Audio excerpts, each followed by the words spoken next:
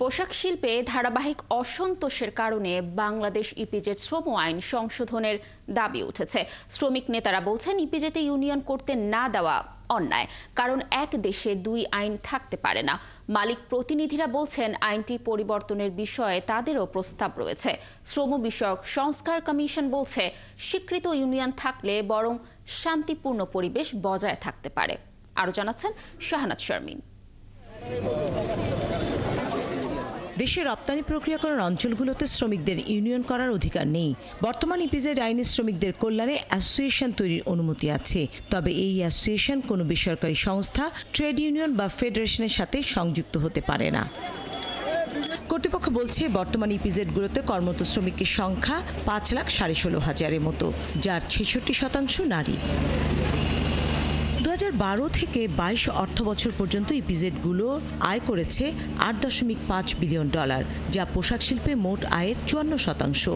শ্রমিক নেতারা বলছেন, একমাত্র শক্তিশালী সংগঠনই পারে তাদের অধিকার নিশ্চিত করতে। শিয়া বাটার ও ভিটামিন ই সমৃদ্ধ lily glam beauty soap. Lily, always beautiful. দেশের যে প্রচলিত শ্রম আইন, সেটাও এই ইপিজেডের জন্য সেখানে প্রযোজ্য না।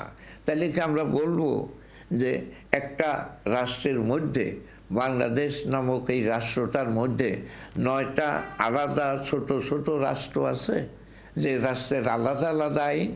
এটা তো থাকা উচিত না। ট্রেড ইউনিয়ন করার অধিকার, ফ্রিডম অফ অ্যাসোসিয়েশন এবং কালেকটিভ বার্গেনিং, যৌথ দর কষাকষি, এই জায়গাটায় আসলে আপনার প্রতি আমার বিশ্বাস, আপনার বিশ্বাস, একই টেবিলে বসে আমি এইটি থেকে থাপ্পড় দিব, টেবিল মানি না, আপনি বলবেন আমি মানি, তারপরে গিয়ে আমরা দুই পক্ষে মানি।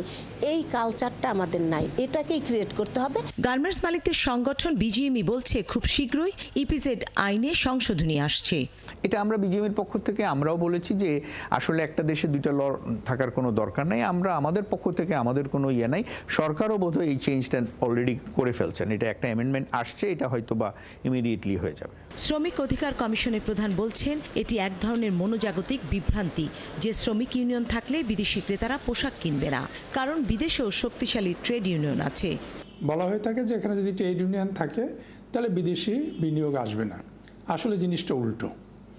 বরঞ্চ ট্রেড ইউনিয়ন, একটা সুষ্ঠু ধারা ট্রেড ইউনিয়ন থাকলে যদি বিদেশিদের নিশ্চিত করা যায় যেখানে ট্রেড ইউনিয়নের মাধ্যমে শিল্পে শান্তি বিরাজমান থাকবে, শিল্প সম্পর্ক উন্নয়ন হবে, তাহলে বিদেশিরা বেশি আসবে। মজার কথা হচ্ছে, এখানে যে সমস্ত দেশ থেকে বিনিয়োগ আসতেছে সেখানে সব দেশই ট্রেড ইউনিয়ন আছে।